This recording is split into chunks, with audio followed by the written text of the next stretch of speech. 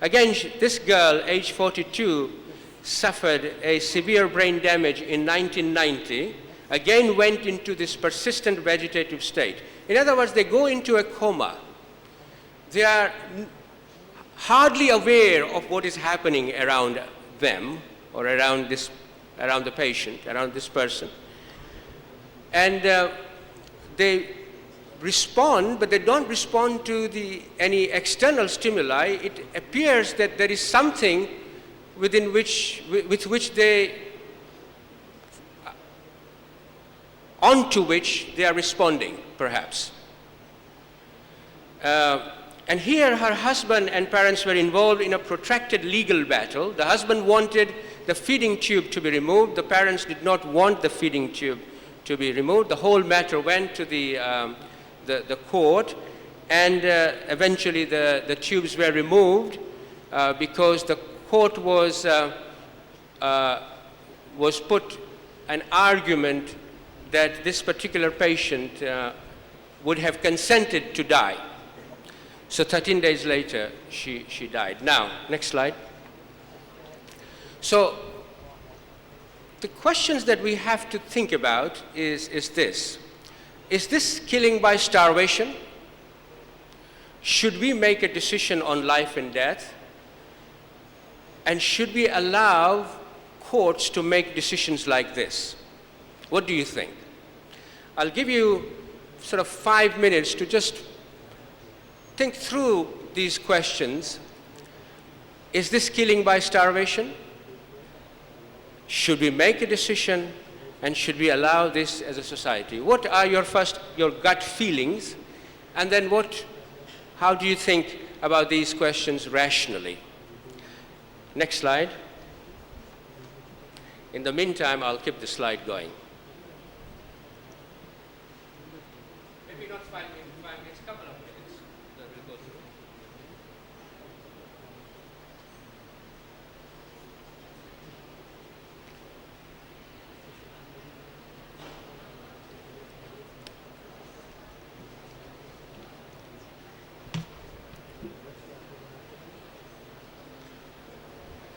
Ali, can you put the previous slide just so that the question, thank you, yeah.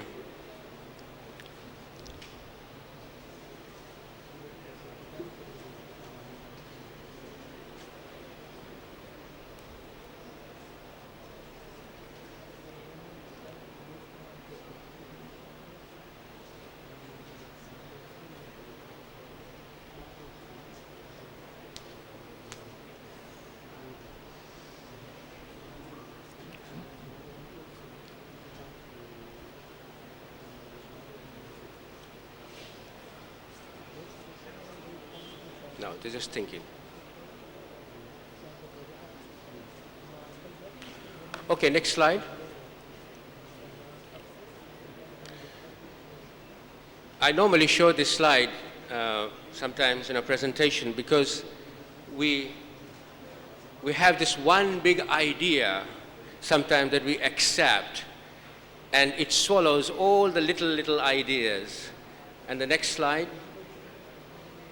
What we should have is all the various small ideas swallowing one big idea. So, you should be doing lateral thinking. You should not just accept one proposition or one position in your debate.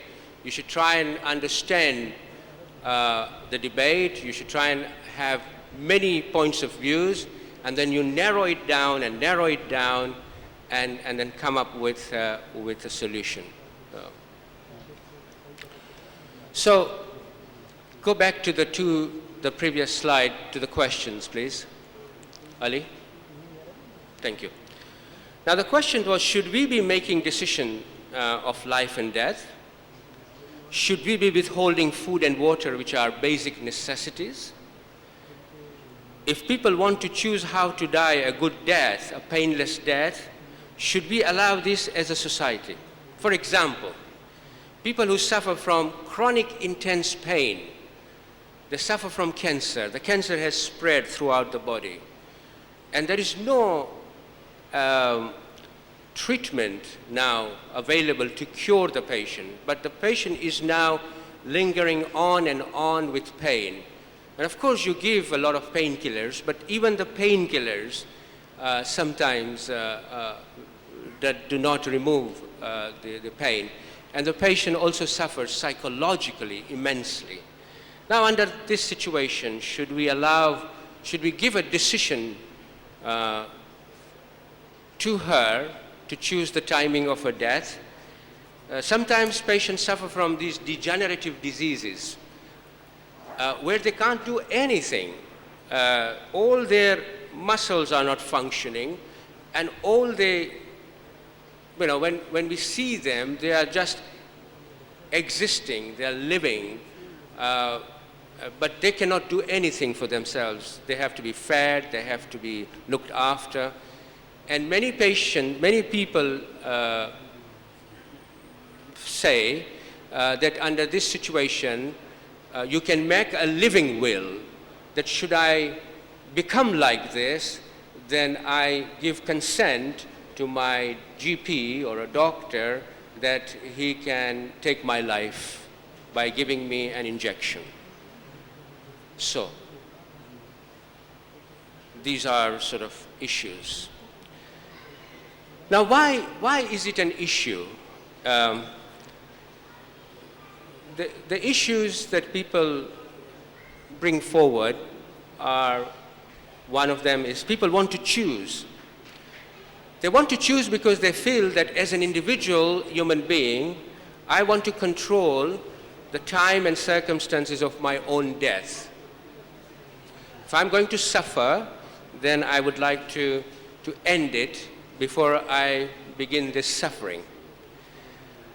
There is a view in opposition to this view, and that is that when you allow people to choose their own death, it means that that person would be coerced, forced to make that decision by their family. For example, the children may want the old man to die so that they could get all the legacies that he has earned during his life. So this is a view against that. And then there are religious views where they argue that God should decide the time for death and no one else. So you see, in a multicultural, multi-religious society, when a parliament or a body is trying to work through these issues where a group in a society wants to have that right to die, and there are other groups who opposes that view, then in a parliamentary situation, there is a debate. So there is a debate amongst those people who want to have a right to die, those people who oppose the right to die, and the religious people who say only God should decide. So what are the issues generally when we have a debate like this in a multicultural society, multi-religious society, a society where there are people who are believers, there are people who are non-believers, there are people who are atheists, there are people who are agnostics, there are people who believe in values but not necessarily coming from God or religion. There are sort of issues that revolve in the debate is one of personal freedom. People argue that in a society, a personal freedom is an important ingredient, an important part of civilization. So we should give maximum freedom to an individual for him or her to decide when he or she wants to die. And then there are groups within a discussion, within the forum, who say that life is sacrosanct. It is given by God and only God can terminate it. And then there are other groups who say that only law should dictate what it should do. So if, for example, the parliament in their wisdom, a parliament consisting of representatives of that society, in their wisdom, they decide that we should legalize it or we should not legalize it, that should form the boundary of who should have a right to die, whether a person should have a right to die or not. So these are the sort of 3 or 4 sort of main principles around which the debate sort of occurs. Next slide, please. Next slide.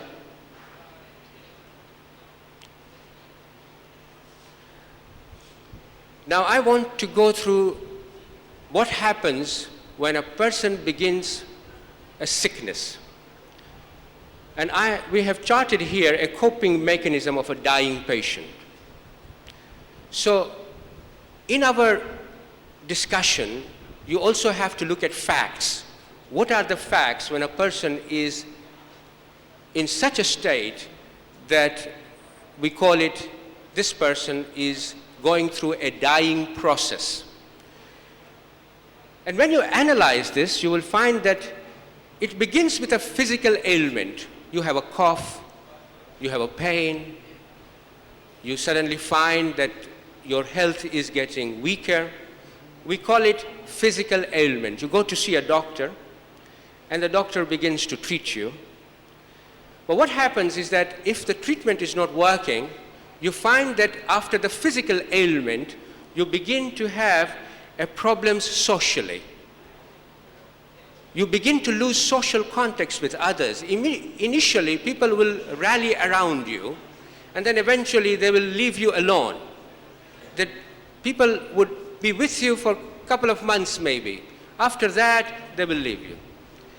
And if you are a worker, if you are employed, and you don't go to work, you begin to have a financial problem. And suddenly you find that because you are not going to work, you lose your job and you become heavily debted. Now when you are in that situation, you begin to have emotional problems. And the emotional problems are manifested by having a serious verbal or non-verbal altercation. What I mean by that is that you begin to have angry exchanges with your partners and your children, your wife, or if it's a wife who is ill, husband, or between children and parents, if one of the parents is ill. Because the parent who is going through all this burdensome, heavy burdens weighted upon that particular person, he's finding it very difficult to be normal. So what happens is that he's still talking, the patient, the person who is ill is still talking, but he's yelling. He's not talking in a normal way, he's yelling at person. And then you find that eventually that yell becomes shorter and shorter, and eventually you find that the patient becomes silent. This person who is ill becomes silent because now he's affected, and his whole psychological makeup is one of loneliness. And then he begins to ask questions himself at that stage. Why me? Why am I in this situation? Why God is like this to me? Why has he left me? Why isn't he doing anything to me? And then finally, he begins to ask existential questions. Do I deserve this? Do I need to be here? Do I need to be alive? And you can see that if his spiritual strength is not there to help him, at that moment in time, he will make a decision like, I want to die. I want to die now. I cannot exist. Take my life away. Or ask for assistance from his doctor or from his family members. That look, I cannot cope with it anymore. And if there is another person who is concerned about the state of affair, he or she might help her or him to die. And that means that one is then taking away or shortening the life of that person. Or that person may commit suicide. So this is what happens. It starts with a small thing, and it ends up with a big thing. And what happens is that in many ways, if your spiritual makeup, if your spirit is not properly nurtured, then you end up like this. So these are the facts which you have to consider when you are debating within yourself about issues like for death and euthanasia. Next slide. So the important thing is that we as human beings must make provision for spiritual care. The last moment of one's life can be the most meaningful ones. And we must develop as a community, as people, practical ways to restore meaning to patients who have lost it. So we suffer considerable distress at the end of our life when we are dying. And it is at that time that spiritual distress, if you don't have that spiritual prowess, if you don't have that spiritual meaning of life, then you get into that sense of hopelessness. And hopelessness then gets you into depression. And then when you are depressed, you begin to ask these questions, and then you begin to demand ending of life. So people who have not acknowledged or identified their spirituality when they are well cannot do that when they are terminally ill. That is the reason why ethics is so important. That is why akhlaq, which Islam emphasizes, is so important. What we talked about, contemplation. Why we are here? We are here because we are created to worship Allah subhanahu wa ta'ala. And when we are worshipping Allah subhanahu wa ta'ala, when we are doing things, we must have that God consciousness, taqwa. And we must remain in the state of adl as we go through life here, because we're going to face Allah subhanahu wa ta'ala. And then the accountability. Everything that is given to us, including our life, is ni'mah from Allah subhanahu wa ta'ala. And therefore it is given to us as a trust. And it is not upon us to take that trust away. Life has been given to us from Allah, and it is only Allah that takes the life away. So this is the ethics and ethical framework within which we are conducting ourselves. Next slide, please. So as a Muslim, when we are considering issues of euthanasia or issues of death and issue of spirituality, we must try and understand what is the concept of life in Islam. The sanctity of human life is a basic value. Commenting on the slaying of Abel by his brother Cain, Allah subhanahu wa ta'ala says in the Qur'an, whoever kills a human being not in lieu of another human being, nor because of mischief on earth, it is as if he has killed all mankind. And whoever saves the life of a human being, it is as if he has saved the life of all mankind. So life is given by God and cannot be taken away except by him or with his permission. It is he who has created death and life, that he may try which of you is best indeed in your action. So when we are suffering badly, when we are in that time of our life, when we are dying, by the way, dying is a process, death is an event. When a person is dying, it is a process. They are going into now an event of death, and when death occurs, it is an event, and you then pass away. So when we are in the process of dying, remember that we must ask Allah subhanahu wa ta'ala for help and for assistance and for protection. For Allah says, "O you who believe, seek help with patience, perseverance, and prayer. Surely Allah is with those who are patient." And in that way, in patience and perseverance, we make our iman strong, and we have that conviction and a conclusion in our own heart that we are here to be tested by Allah subhanahu wa ta'ala.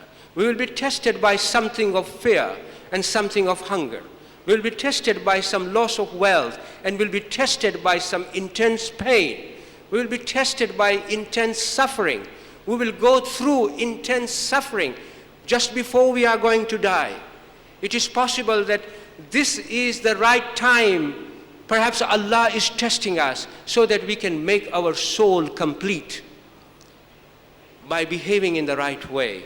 And when we are in such intense pain, we can only say, Inna lillahi wa inna ilayhi raji'un.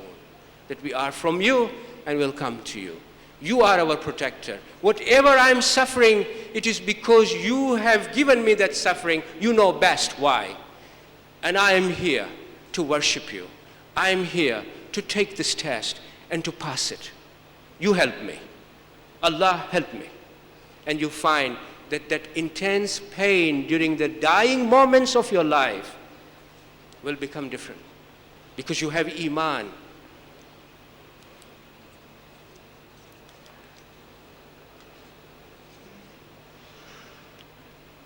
So, any human being, including a physician, including a doctor, has no right to terminate any human life under his case, including unborn babies, and I'll come to that in a minute, unless it is a threat to the mother's life. We must realize that God is watching and monitoring every thought and deed. Based on this Islamic ethics of concept of life and that teaching, no one also has a right to recommend or administer any harmful material like drugs to his patients or to any individual or to your relative. Hence, mercy killing, euthanasia means mercy killing. It means good death. And in Islam, euthanasia, which means giving of a drug to take the life away, is prohibited, is haram, under any situation. Next slide.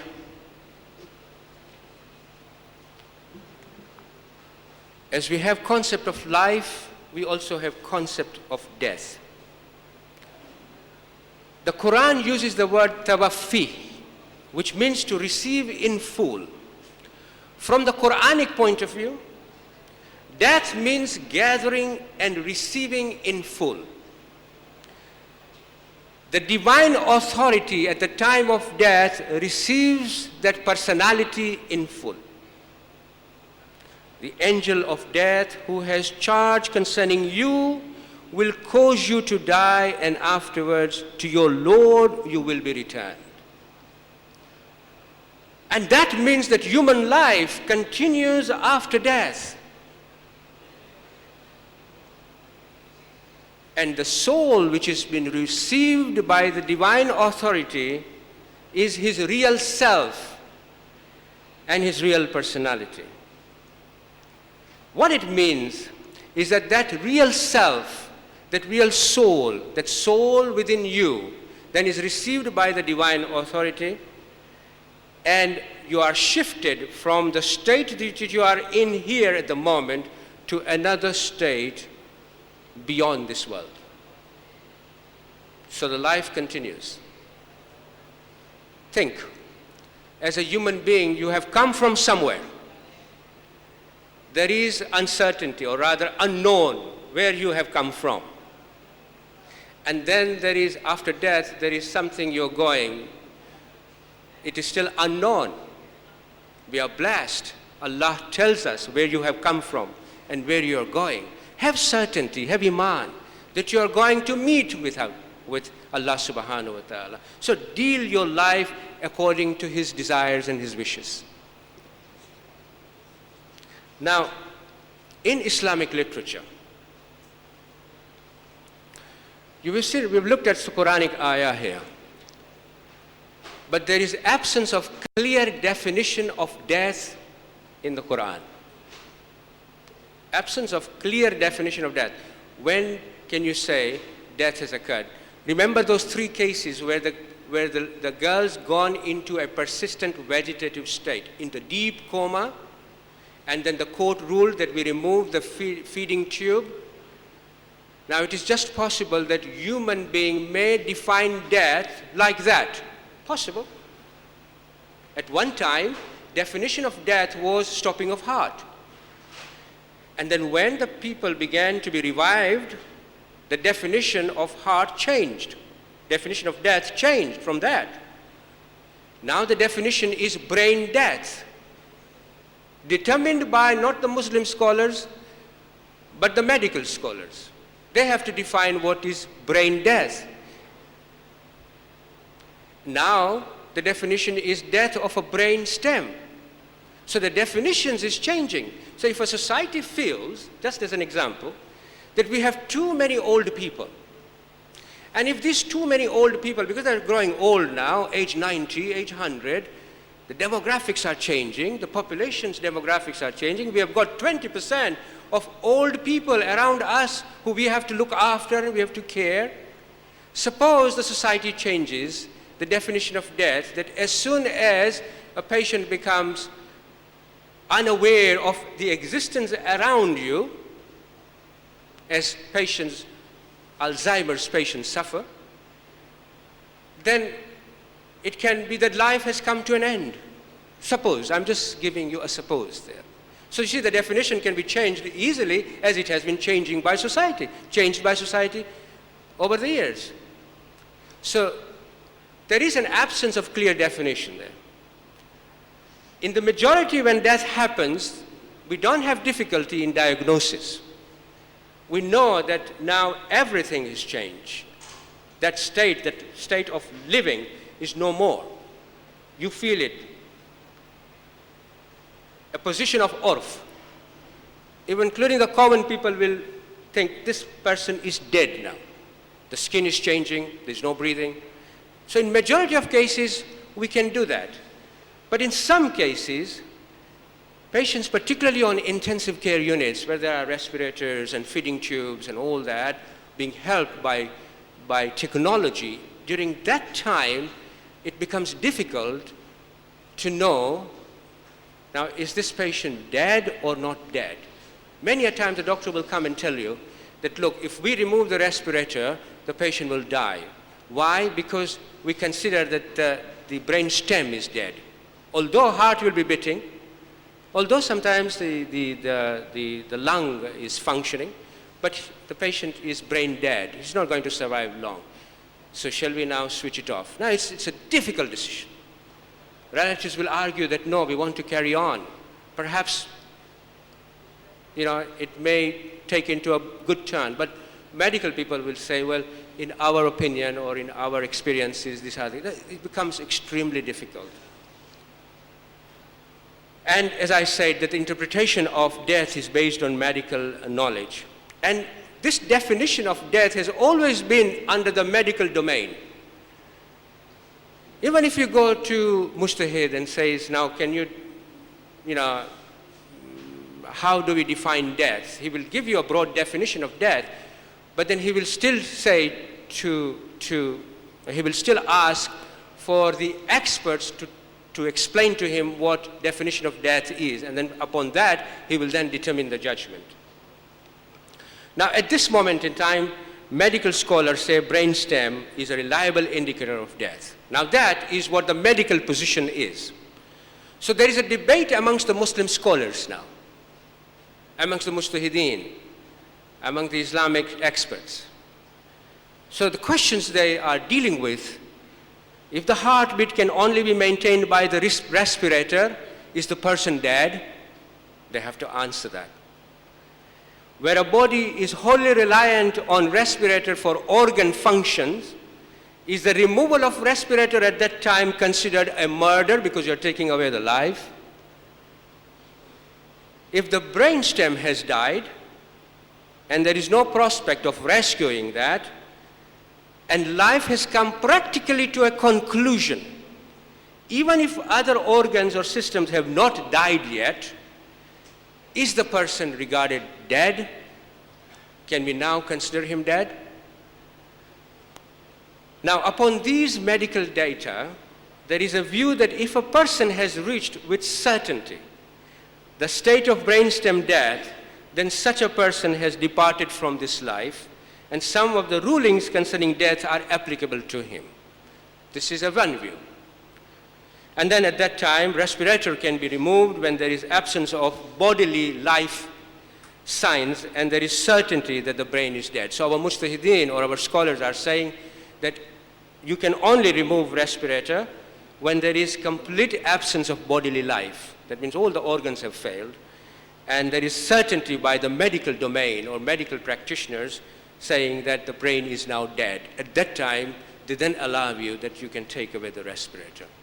So you can see now the Islamic scholars depend upon the definitions from the experts in medicine, and then they work together. You see, this is how we develop our fatwas. This is how laws come about. This is how Sharia comes about as well, okay?